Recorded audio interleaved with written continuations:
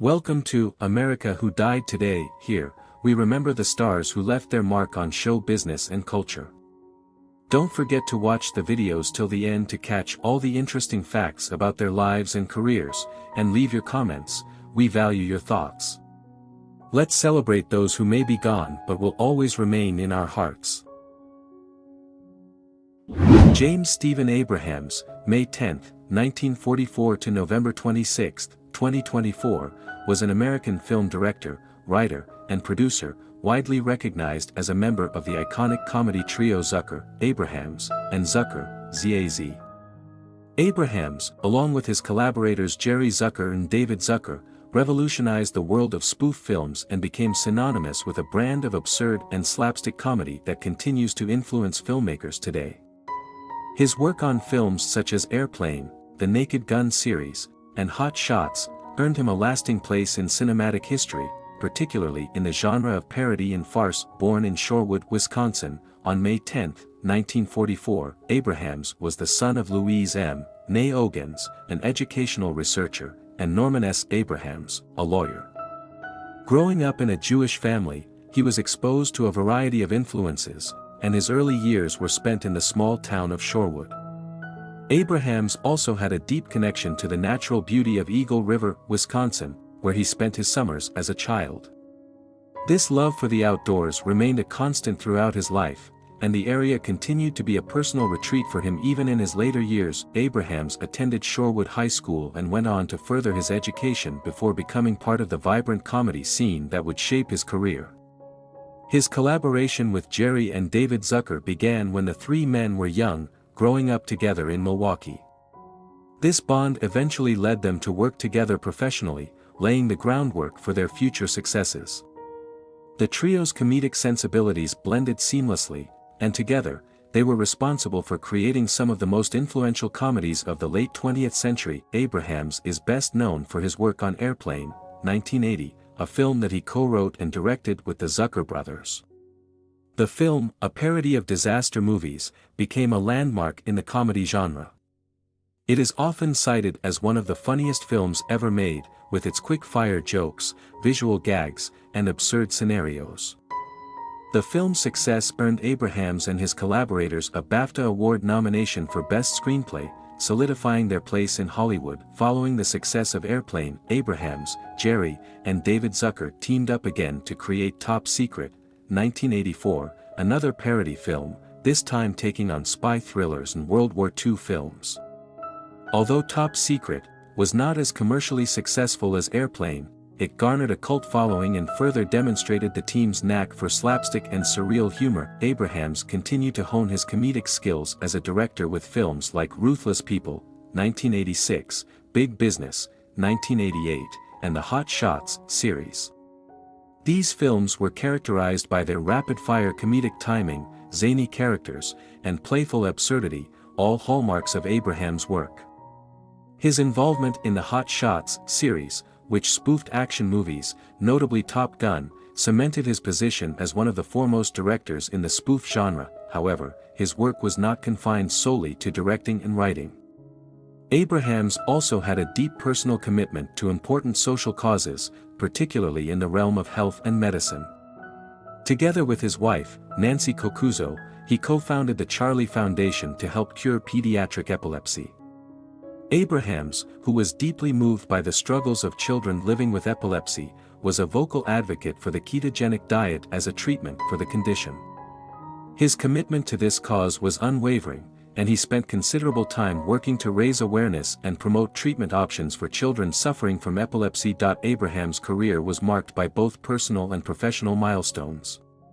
He had 3 children, one of whom, his daughter Jamie Abrahams, followed in her father's footsteps to become a comedy writer.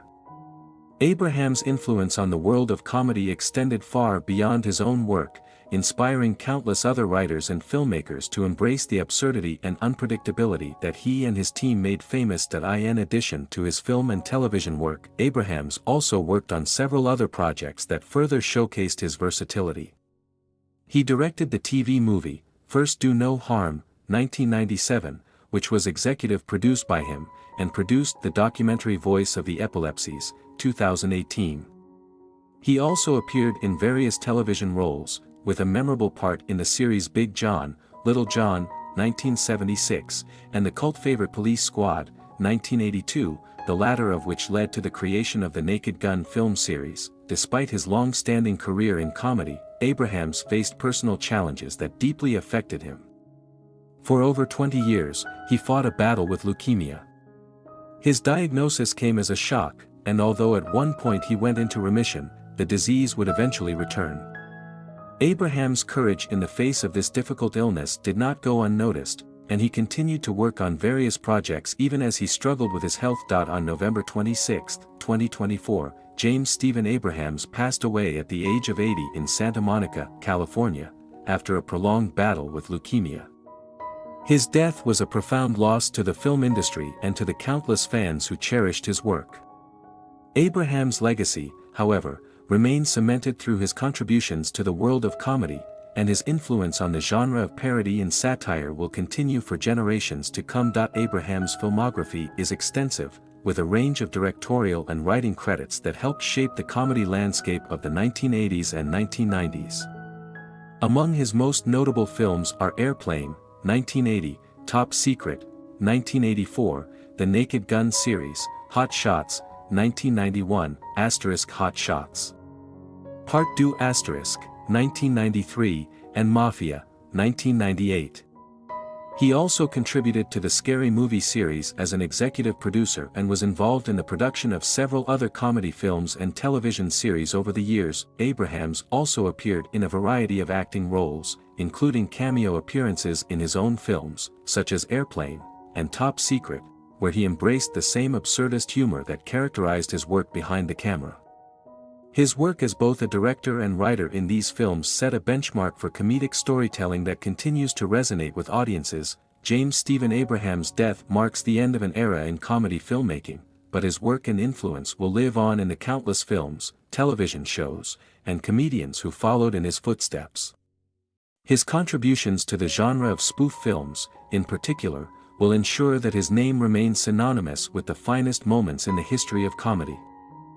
Henry Earl Hollman, born on September 11, 1928, in Delhi, Louisiana, was an American actor, singer, and animal rights activist. Over his extensive career in film and television, Hollman gained recognition for his roles in westerns and dramas, achieving considerable fame in the 1950s and 1960s. His contributions extended beyond acting, with notable involvement in animal rights advocacy, particularly as the president of Actors and Others for Animals for more than 25 years.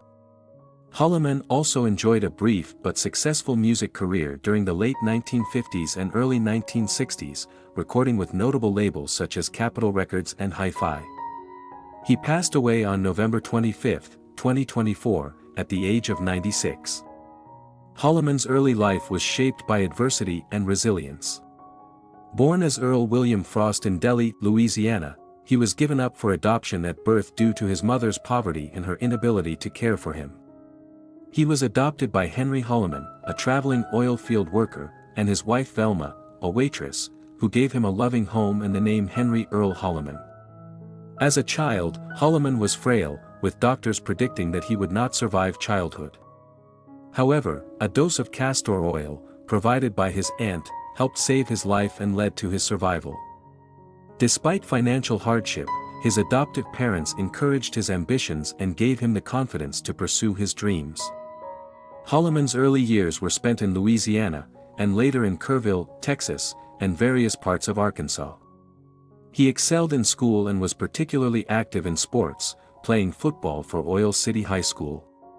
He graduated with high honors in 1946, where he also served as senior class president. Following high school, Hollman received a scholarship to Louisiana State University but chose to enlist in the United States Navy instead, a decision that led to significant changes in his life. While stationed in Los Angeles during World War II, Hollman spent his free time at the Hollywood Canteen, talking to stars who supported the troops. His experiences during this time further fueled his desire to pursue acting.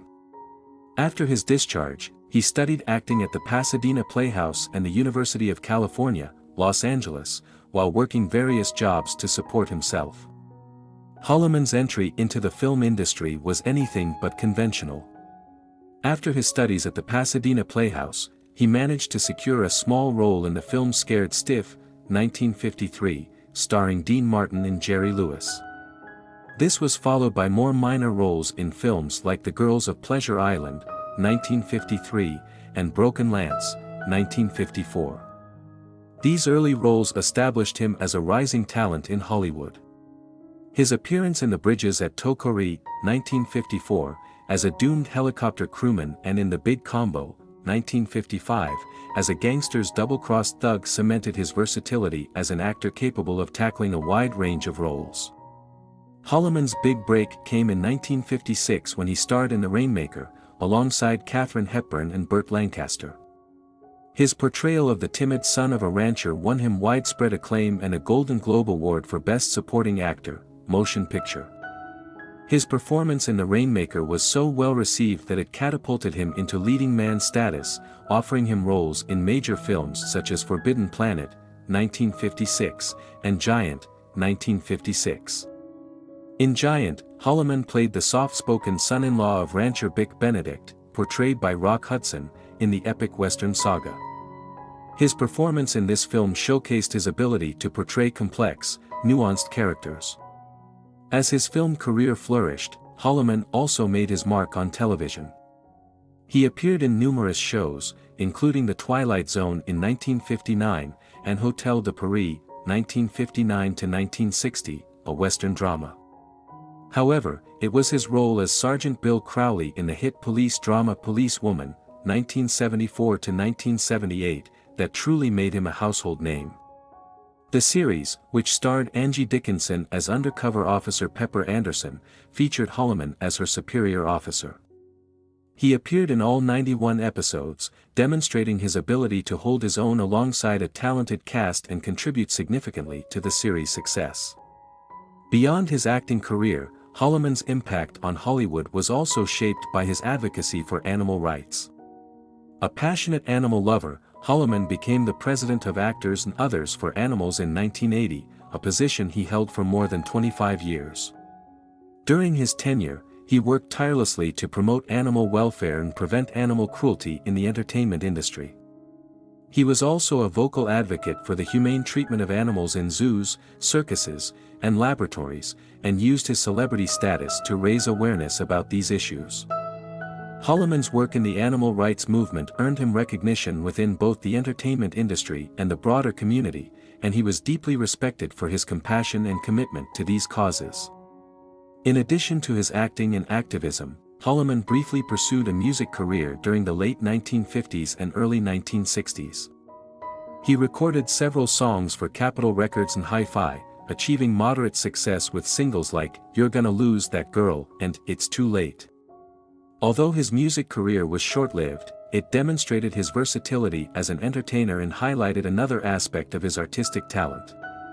Hollman continued to work steadily in film and television throughout the 1960s and 1970s, appearing in popular series like The Rockford Files, Gunsmoke, and The Virginian, among others.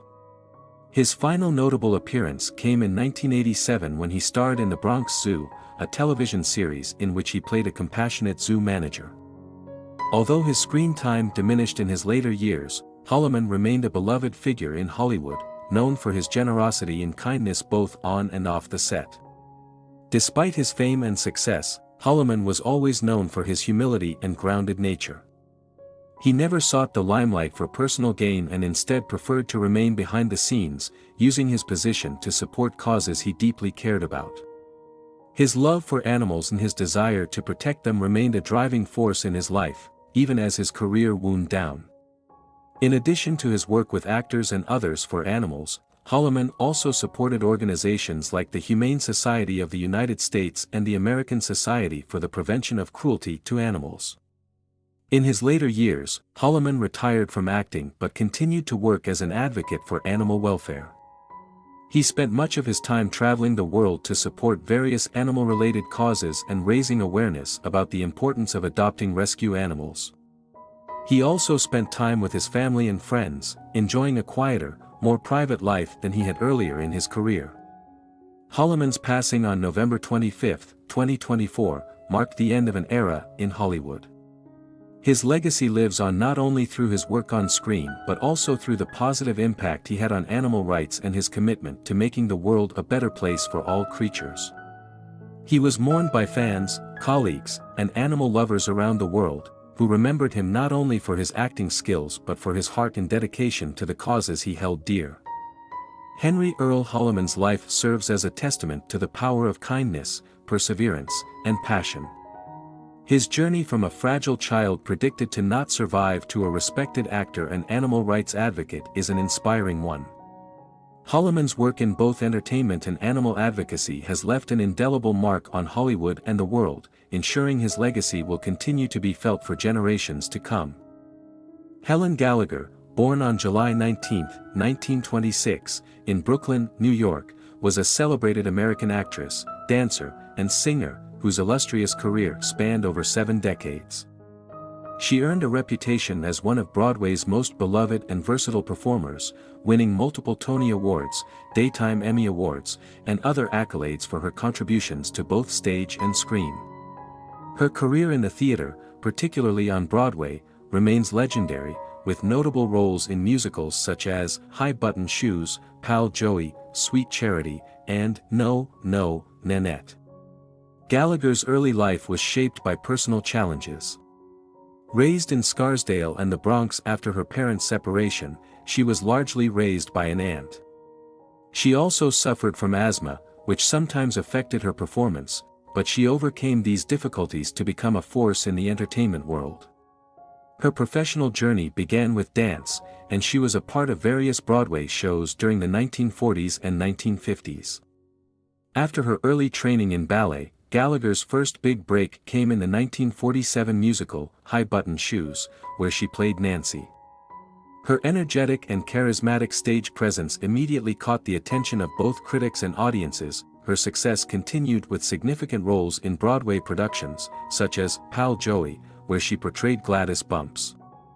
For this performance, Gallagher earned her first Tony Award in 1952. This was followed by her breakthrough role in Hazel Flag, a musical based on the 1937 film Nothing Sacred, where she played the title role. The role brought her widespread recognition and earned her a feature in Life magazine, cementing her place in Broadway history. Throughout the 1960s and 1970s, Gallagher continued to shine in both Broadway shows and television. One of her most notable stage appearances during this period was as Nikki in Sweet Charity. Initially, she had been an understudy for Charity, but after taking on the role, she earned a Tony Award nomination. Her portrayal of the character was so well received that she eventually replaced Gwen Verdon in the lead role of Charity. Her performance in the 1971 revival of the 1920s musical classic No, No, Nanette as Lucille early earned her a second Tony Award as well as a Drama Desk Award. Beyond Broadway, Gallagher also made a name for herself on television. She is perhaps best known for her portrayal of Irish matriarch Maeve Ryan on the ABC soap opera Ryan's Hope, a role she played from 1975 to 1989. Her performance in this long-running show earned her 3 Daytime Emmy Awards, making her a staple of daytime television. Gallagher's portrayal of Maeve Ryan was particularly beloved, as she brought depth and warmth to the character of a mother navigating the complexities of family life. Her performance in the show showcased her versatility, transitioning seamlessly between drama and lighter, more comedic moments. After Ryan's Hope ended in 1989, Gallagher continued to find work in television. She made guest appearances on soap operas such as Another World, All My Children, and One Life to Live, and also appeared in various off-Broadway productions. In addition to acting, Gallagher worked as an acting instructor at the Herbert Berghof Studio in New York City, where she shared her wealth of knowledge and experience with budding performers. Gallagher also expanded her career into the film industry. She starred in the 1977 movie Roseland, where she acted opposite Christopher Walken. The film, a drama about the lives of dancers at a New York nightclub, was a significant project for Gallagher, showcasing her range as an actress beyond the stage. She also appeared in a variety of television specials, including a tribute to Richard Rodgers on The Bell Telephone Hour, where she performed with other Broadway stars. Throughout her career, Gallagher demonstrated an impressive range of talent, moving effortlessly between dramatic roles and musical performances. Her voice and dance ability, combined with her acting chops, made her a standout on both the stage and screen. She won 3 Daytime Emmy Awards for her work on Ryan's Hope, but her Broadway success, marked by 2 Tony Awards, solidified her status as one of the greats in musical theater. Gallagher's personal life saw both highs and lows. In 1956, she married Frank Wise, whom she met while he was a stagehand for the musical, The Pajama Game. They divorced in 1972, but Gallagher's focus remained on her career and her work as a mentor and educator. She lived a fulfilling life, finding joy in both her professional achievements and her role as a teacher to the next generation of actors. In her later years, Gallagher's career slowed, but she remained active in theater and television. She starred in Tallulah, a musical biography of actress Tallulah Bankhead, and appeared in the independent film Neptune's Rocking Horse in 1997. During the 1990s, she also made guest appearances on popular television shows like Law and Order and The Cosby Mysteries. In the 1980s and 1990s, she also worked on off-Broadway productions and continued her work as a faculty member at the Herbert Berghof Studio. Gallagher's contributions to theater and television left a lasting legacy. She became a beloved figure not only for her impressive acting talents but also for her warmth, generosity, and dedication to her craft. After her passing on November 24, 2024, at the age of 98, Gallagher was remembered fondly by those in the entertainment world and her many fans. Her legacy lives on through her performances, her role as a mentor to other actors, and her unwavering commitment to the art of storytelling. Her extensive theater credits include appearances in a wide range of productions. From her early days as an understudy and chorus dancer in productions like Seven Lively Arts and Billion Dollar Baby, Gallagher's versatility became clear. Throughout the 1950s and 1960s, she starred in numerous Broadway productions, including Make-A-Wish, The Pajama Game, and Sweet Charity. In the 1970s and beyond, Gallagher's stage work continued with appearances in No, No, Nanette, Sugar Babies, and Tallulah. These roles allowed Gallagher to showcase her talents in both musicals and straight plays, making her a sought-after performer throughout her career. Helen Gallagher's career, filled with critical acclaim and public affection, remains an inspiring example of dedication to one's craft and the importance of perseverance. Her contributions to both Broadway and television will continue to be celebrated, and she will always be remembered as a true star of American entertainment. Barbara Taylor Bradford O.B., May 10, 1933 to November 24, 2024, was a British-American best-selling novelist whose work touched the lives of millions around the globe.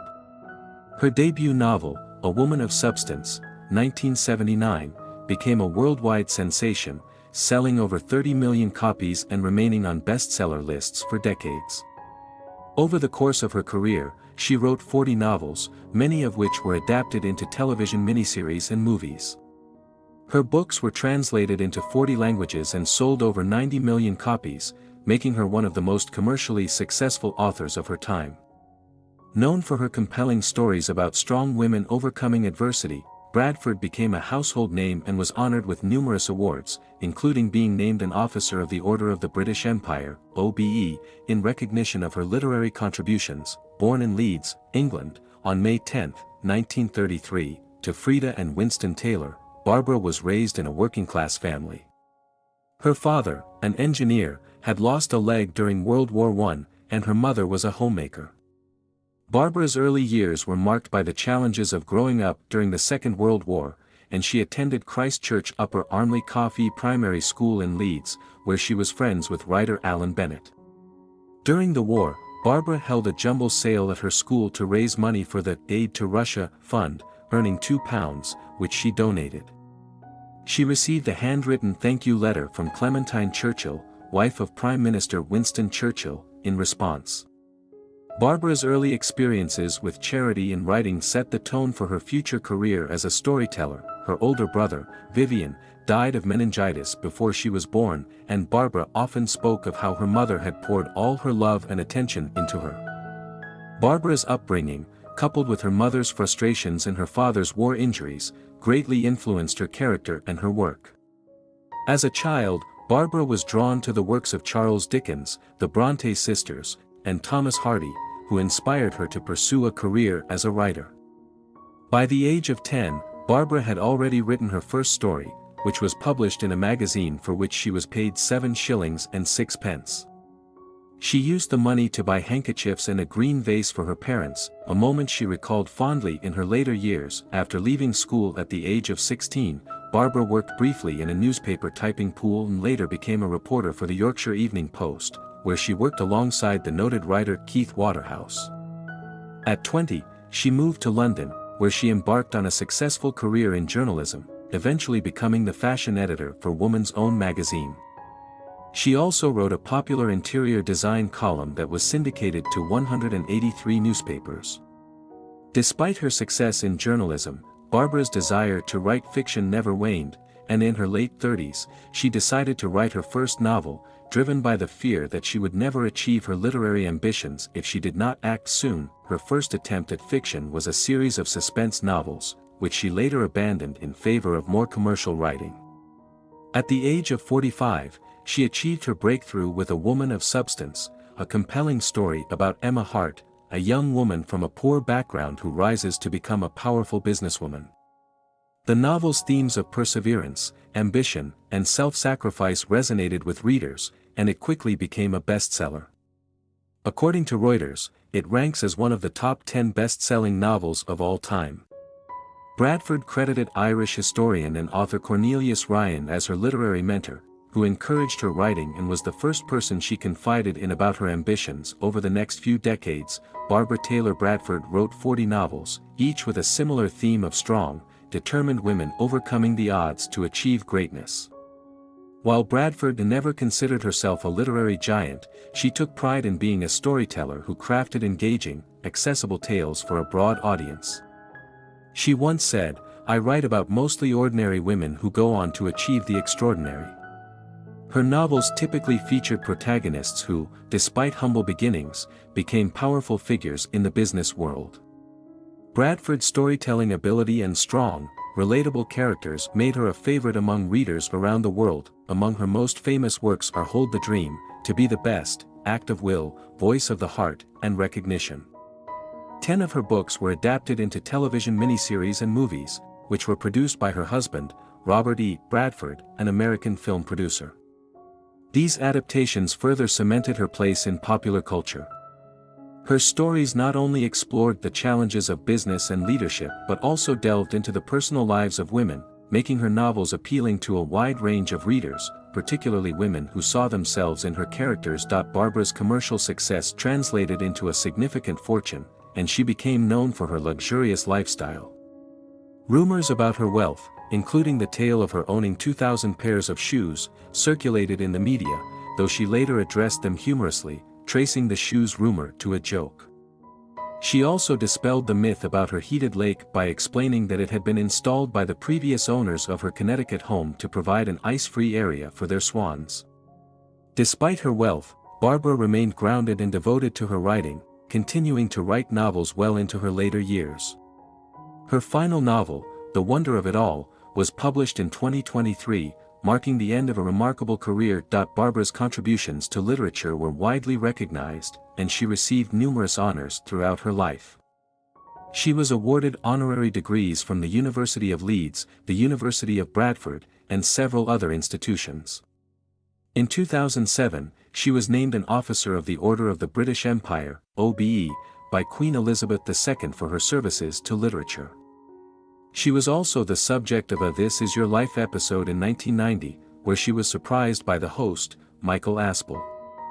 In 2017, she was named one of 90 Great Britons in honor of Queen Elizabeth II's 90th birthday, a testament to her impact on both British and American culture. Barbara married American film producer Robert Bradford in 1963 after meeting him on a blind date in 1961. The couple moved permanently to the United States, where they lived in Connecticut and later in New York City. Robert passed away in 2019, and Barbara continued to live in Manhattan until her death. She became an American citizen in 1992 and made her home in New York until her passing in November 2024. Barbara Taylor Bradford passed away on November 24, 2024, at the age of 91 after a battle with cancer. Her death marked the end of a significant literary career that had inspired millions around the world. Throughout her life, she remained dedicated to her craft, telling stories of strong women who overcame adversity and achieved greatness. Her legacy as a storyteller who captivated readers with her rich, relatable characters will continue to live on in her novels and the millions of people who found inspiration in her work.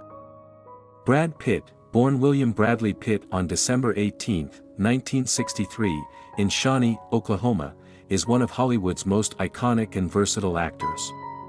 Over a career spanning more than 3 decades, Pitt has become synonymous with star power, earning widespread acclaim for his performances, his contributions as a producer, and his role as a cultural icon.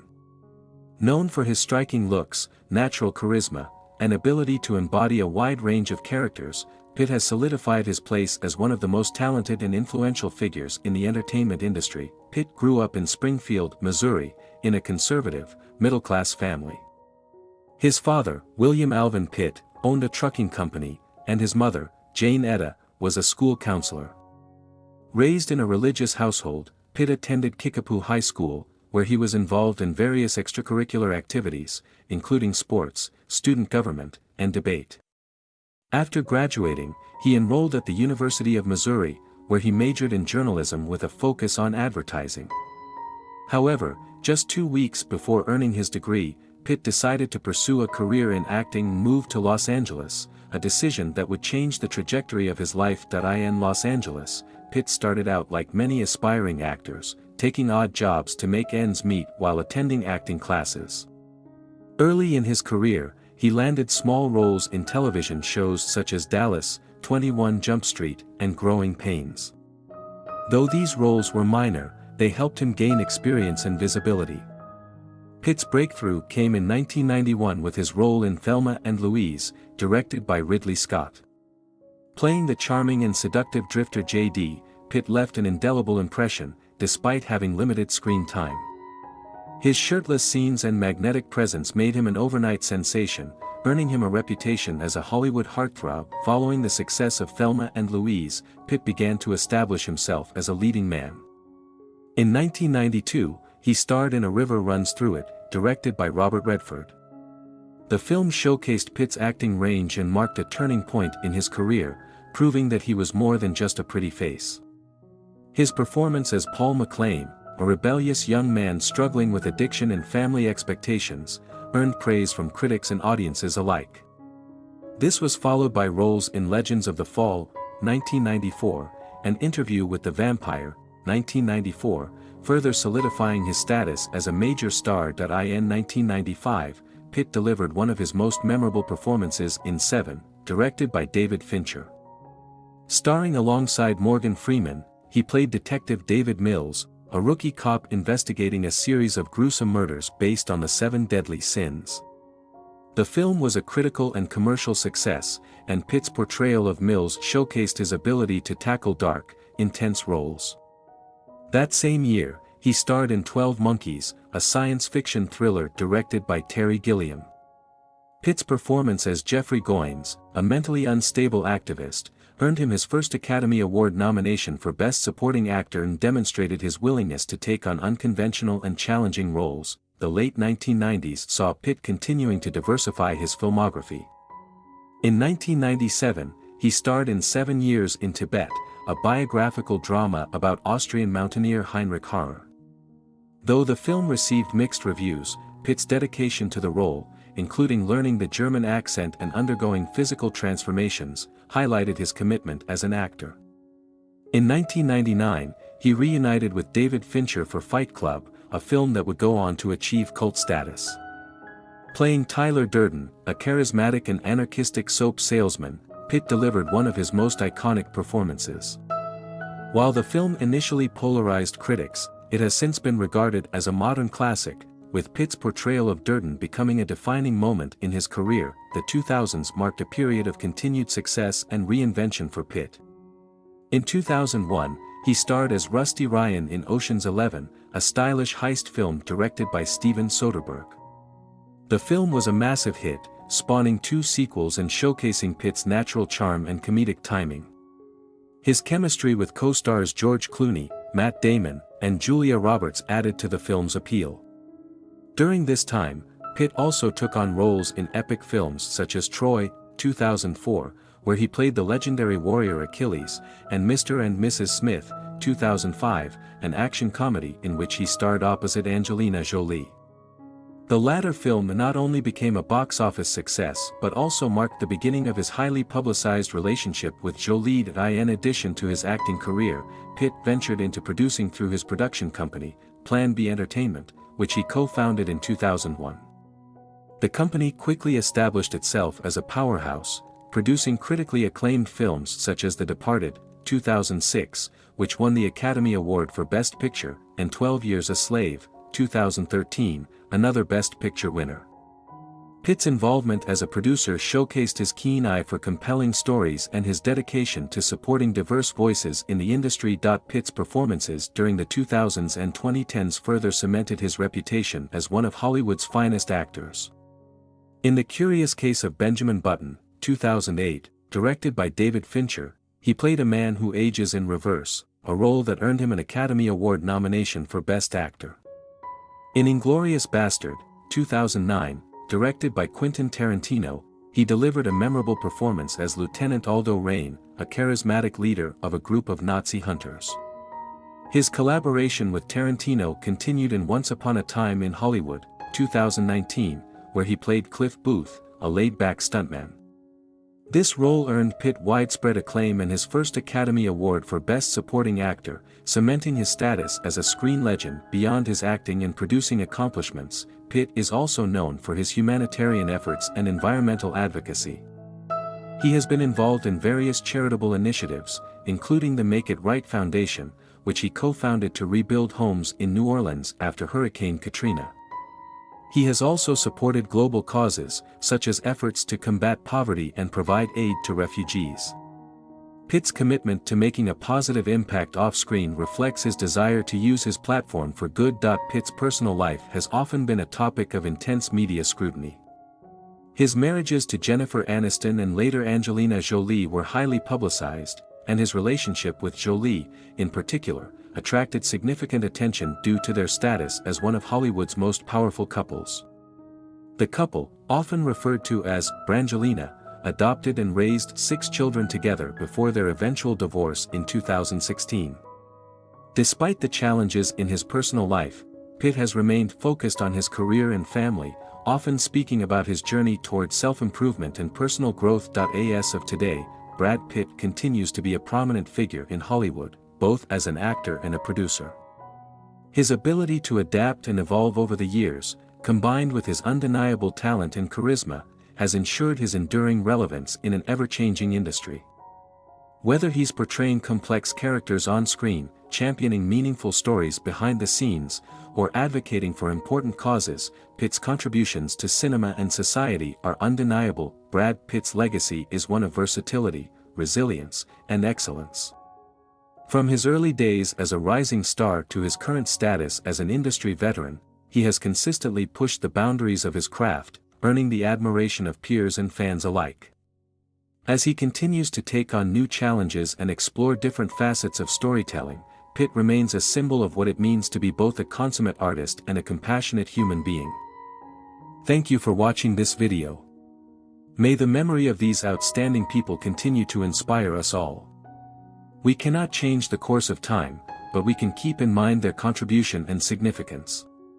If this video has affected you or you want to know more, don't forget to subscribe to our channel and leave a comment. Let's continue to share their stories and keep the memory of them together. See you soon, and remember that those we love never leave without a trace.